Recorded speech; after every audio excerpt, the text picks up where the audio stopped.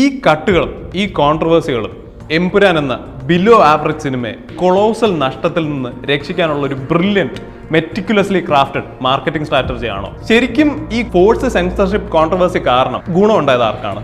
Right wing പൊളിറ്റീഷ്യൻസിനാണോ അതോ ഈ സിനിമയുടെ അണിയറ പ്രവർത്തകർക്കാണോ? What is the controversy? Who has raised the controversy? It's all business, man. Empuraan സിനിമയും ഗുജറാത്ത് കലാപങ്ങളും തമ്മിലുള്ള ബന്ധം എന്താണ്? ഞാൻ ഈ വീഡിയോ ഷൂട്ട് ചെയ്യുമ്പോൾ എമ്പുരാൻ സിനിമയുടെ പുതിയ കട്ടുകളുടെ ലിസ്റ്റ് വന്നിരിക്കുകയാണ്. ആ ലിസ്റ്റിൽ എനിക്ക് ഏറ്റവും രസകരമായിട്ട് തോന്നിയത് സിനിമയിലെ വില്ലൻ ബൽരാജ്. ഒരു ക്ലാരിഫിക്കേഷന് വേണ്ടി പറയുകയാണ്, ബൽരാജ് ആദ്യം ഒരു തീവ്രവാദി ആയിരുന്ന സമയത്ത് അദ്ദേഹത്തിൻ്റെ പേര് ബൽരാജും, അത് കഴിഞ്ഞ് അദ്ദേഹം വലിയൊരു പൊളിറ്റിക്കൽ ഫിഗർ ആയ സമയത്ത് അദ്ദേഹത്തിൻ്റെ പേര് ബാബ ബജറംഗിയും ആയിരിക്കുകയാണ്. ഇപ്പം എല്ലാം പ്രോപ്പഗൻഡ ആണല്ലോ ഇപ്പോൾ. അപ്പം ഒരു സിനിമ പ്രോപ്പഗൻഡ ബേസ് ചെയ്ത് കട്ട് ചെയ്യുകയാണെങ്കിൽ എന്തിനീ ബൽരാജ് എന്നുള്ള ക്യാരക്ടറിനെ ബൽദേവ് ആക്കണം? നെഹ്റുന്നോ ഗാന്ധിന്നോ മുഹമ്മദെന്നോ ഒക്കെ ആക്കിക്കൂടെ? ചിലർക്ക് അതായിരിക്കുമല്ലോ വലിയ താല്പര്യം. സോ ഈ സിനിമ, ഇതിൻ്റെ പ്രൊമൈസസ്, ഇതിൻ്റെ രാഷ്ട്രീയം, ഇതെല്ലാം ഡിസ്കസ് ചെയ്യുന്നതിന് മുമ്പ് ഇതിൻ്റെ റിലീസും അതുമായിട്ട് ബന്ധപ്പെട്ട ചില പ്രശ്നങ്ങളുണ്ട്. നമുക്ക് അതൊന്ന് നോക്കാം. Day 1 March 27, 2025. ഒരുപാട് പേരുടെ എക്സ്പെക്റ്റേഷനും വലിയ ഹൈപ്പിനും ഒക്കെ ശേഷം എമ്പുരാൻ സിനിമ തിയേറ്ററിൽ എത്തുകയാണ്. പക്ഷേ ഫസ്റ്റ് ഷോസ് ഒക്കെ കഴിഞ്ഞതിന് ശേഷം സാധാരണക്കാരുടെ റിവ്യൂസ് വളരെ മിക്സഡ് ആയിരുന്നു. പല പ്രമുഖ മൂവി റിവ്യൂവേഴ്സും സിനിമയുടെ ഒരു അണ്ടർവെൽമിങ് ആസ്പെക്റ്റിനെ വലിച്ചു കീറുന്നതും നമ്മൾ ആക്ച്വലി കണ്ടു. ഇത്രയും ഹൈപ്പിൽ വന്ന ഈ സിനിമ മലയാള സിനിമ കണ്ട ഏറ്റവും വലിയ ലെറ്റ് ഡൗൺ ആവാനുള്ള ചാൻസസ് വളരെ കൂടുതലായിരുന്നു. ഡേ 1 ആക്ച്വലി ഈ സിനിമ കാണാൻ ആളുകൾ ഇടിച്ചു കയറിയത് ഇതിൻ്റെ വമ്പൻ ക്യാമിയോകളും പ്രേക്ഷകരുടെ ഹൈപ്പ് സാറ്റിസ്ഫൈ ചെയ്യുന്ന ട്വിസ്റ്റുകളും അല്ലെങ്കിൽ എബ്രാം ഖുറേഷിയുടെ വലിയ ലോഗമൊക്കെ പ്രതീക്ഷിച്ചാണ്. ഓബിയസ്ലി അവരൊക്കെ ലെറ്റ് ഡൗൺ ആയി.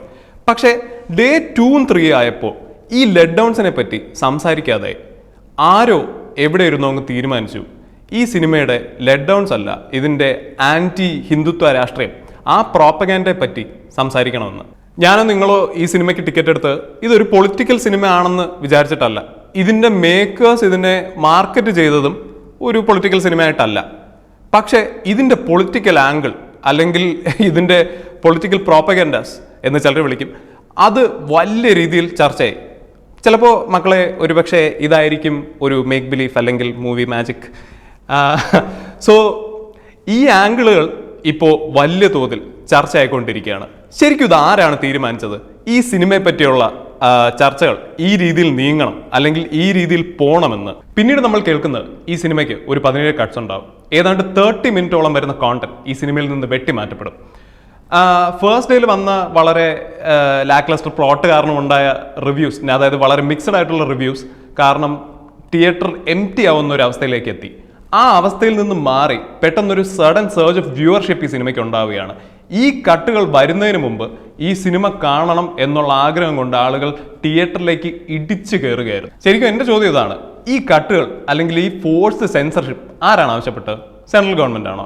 സെൻസർ ബോർഡാണോ? ശരിക്കും ഇതിന്റെ ഉത്തരം ഈ സിനിമയെ സംബന്ധിക്കുന്ന 100ഓളം കോൺട്രവേഴ്സികൾക്കിടയിൽ മുങ്ങിപ്പോയി എന്നുള്ളതാണ് സത്യം. ഡേ 1 ഈ സിനിമയുടെ ലാക്ലസ്റ്റർ പ്ലോട്ടിനെയും മീറ്റ് ചെയ്യാൻ പറ്റാത്ത എക്സ്പെക്ടേഷനെയും പറ്റി സംസാരിച്ചുകൊണ്ടിരുന്നവർ ഡേ 2 3 കഴിഞ്ഞപ്പോൾ ഈ സിനിമയെ സപ്പോർട്ട് ചെയ്യാൻ തുടങ്ങി. എന്തുകൊണ്ട്? There was a sudden search in support for this movie. Why? ഒറ്റ കാരണമേ ഉള്ളൂ. Empuraan is not a movie anymore. Empuraan is a movement.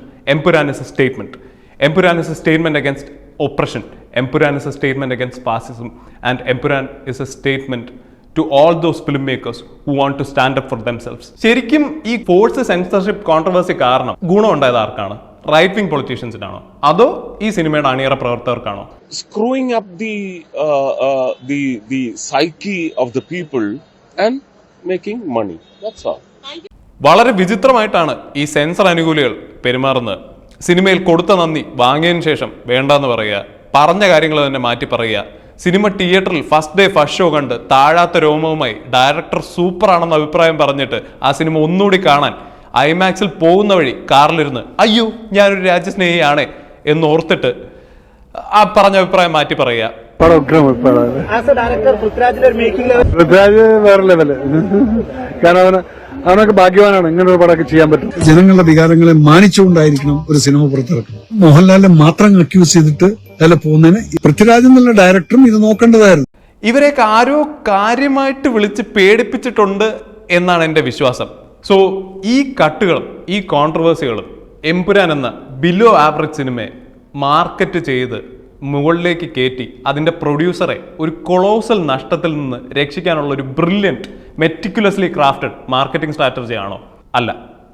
അല്ല എന്നാണ് ഞാൻ ആദ്യം പറഞ്ഞ സെൻസർ കട്ടുകൾ സൂചിപ്പിക്കുന്നത്. പ്രത്യക്ഷത്തിൽ ഒരു റൈറ്റ് വിംഗ് ചാനൽസും ഈ കട്ടുകൾ ആവശ്യപ്പെട്ടിട്ടില്ല എന്ന് പറയുന്നു. What is the controversy? Who has raised the controversy? It's all business, man. It's all business. പക്ഷേ ഇരുട്ടിന്റെ മറവിൽ നിന്ന് ഇതിന്റെ മേക്കേഴ്സിനെ അവരുടെ റൈറ്റ് വിംഗ് പ്രോപ്പഗൻഡയ്ക്കെതിരെ സംസാരിച്ചു കഴിഞ്ഞാൽ ഉണ്ടാവുന്ന റിപ്രക്കഷൻസ് പറഞ്ഞ് പേടിപ്പിച്ച് ഈ കട്ടുകൾ വരുത്താൻ ഇവർ ശ്രമിച്ചിട്ടുണ്ട് എന്നത് ഈ സെൻസർ കട്ടുകളോടെ തന്നെ വളരെ വ്യക്തമാണ്. ആൻഡ് ഒരു കലാകാരനും തൻ്റെ കലയെ ഇത്രയും കട്ടുകളോടെ, എന്ത് മാർക്കറ്റിംഗ് സ്ട്രാറ്റജിയുടെ പേരിലാണെന്ന് പറഞ്ഞാലും ഇത്രയും കട്ടുകളോടെ തൻ്റെ കലാസൃഷ്ടിയെ മ്യൂട്ടിലേറ്റ് ചെയ്യാൻ സമ്മതിക്കില്ല. കാരണം നന്ദിയിലുള്ള സുരേഷ് ഗോപിയുടെ പേര്, അമ്പലങ്ങളുടെ ഷോട്ട്, ഇതെല്ലാം വെട്ടിമാറ്റാൻ പോവുകയാണ്. ഇതിൻ്റെയൊക്കെ ആവശ്യം എന്താണ്? ആൻഡ് ഇതിൽ ഏറ്റവും വൃത്തികേടും അരോചകവും ചുണ്ടൊന്ന് പറയുമ്പോൾ ഇനി മുതൽ നമ്മൾ കേൾക്കാൻ പോകുന്ന ശബ്ദം, വില്ലന്റെ പേര്, അത് വേറെ ആയിരിക്കും. എനിക്കൊറ്റ ചോദ്യമേ ചോദിക്കാനുള്ളൂ. ഇത്രയും ഇൻഫ്ലുവൻഷ്യൽ ആയ പ്രൊഡ്യൂസേഴ്സ്, മലയാളത്തിന്റെ ഏറ്റവും വലിയ സൂപ്പർ സ്റ്റാർ, മലയാളത്തിന്റെ ഏറ്റവും വലിയ സൂപ്പർ ഡയറക്ടർ, അവർക്ക് പോലും ഒരു സിനിമ എടുത്തിട്ട് അത് ജസ്റ്റിഫൈ ചെയ്യാനോ ഡിഫെൻഡ് ചെയ്യാനുള്ള ഓപ്ഷൻ ഇല്ല. അത് സെൻസർ ചെയ്ത് വെട്ടി നശിപ്പിക്കുകയാണ്. അങ്ങനെയാണെങ്കിൽ ഒരു സാധാരണക്കാരന്റെ അവസ്ഥ എന്തായിരിക്കും? ഗവൺമെന്റിന് എതിരെ ഒരു വാക്ക് അല്ലെങ്കിൽ ഒരു അക്ഷരം നമുക്ക് പറയാനുള്ള ഓപ്പർച്യൂണിറ്റി ഇനി കിട്ടുമോ? എന്തിനാണ് ഇവർ ഈ സിനിമയെ ഇത്രയും ഭയക്കുന്നത്? 4 നൂറ്റാണ്ട് മുൻപ് നടന്ന ഒരു സംഭവത്തെ ഇന്നും ആളുകൾ ഓർമ്മിക്കരുത്, അല്ലെങ്കിൽ ആ ചരിത്രത്തെപ്പറ്റി ആളുകൾ സംസാരിക്കരുത് എന്നുള്ള ഒറ്റ കാരണം കൊണ്ടാണ് ഈ സിനിമയെ അവർ ഭയക്കുന്നത്. എന്താണ് ഗോദ്ര എന്നറിയാത്തവർക്ക് ഞാനത് വേഗം പറഞ്ഞുതരാം. 2002 ഫെബ്രുവരി 27 ഹിന്ദു പിൽഗ്രിംസുമായിട്ട് പോകുന്ന സബർമതി എക്സ്പ്രസിന്റെ S6 കോച്ച് തീപിടിക്കുന്നു. ആരാണ് തീ വെച്ചത്? എങ്ങനെയാണ് ആ പ്രശ്നങ്ങൾ ഉണ്ടായത്?